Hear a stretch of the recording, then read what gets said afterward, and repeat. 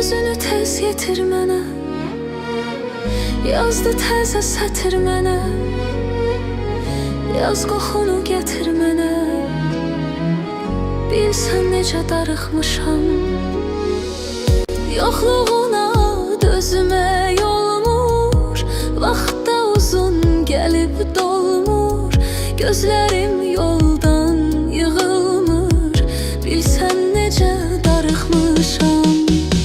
Al bu bahar həvəsimi, çək canına nəfəsimi, eşit nə olar səsimi. Bilsən necə darıxmışam.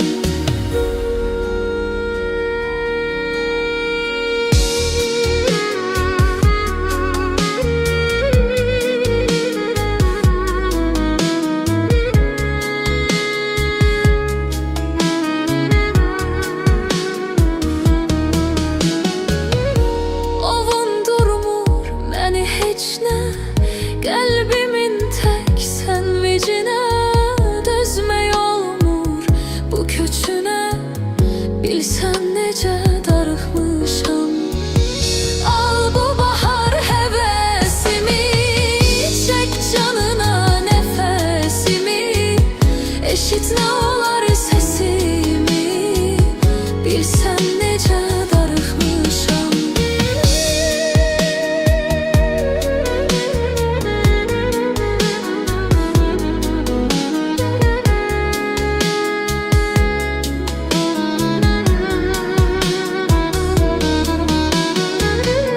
Bu cavan, bu gənc yaşımda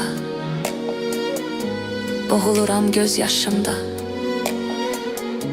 İlişmisən yaddaşımda, bilsən necə darıxmışam. Özünü tez yetir mənə,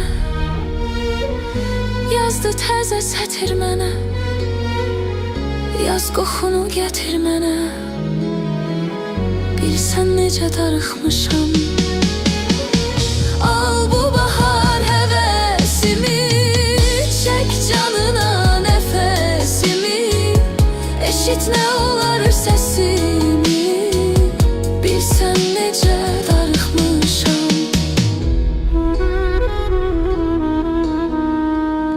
Bilsən necə darıxmışam.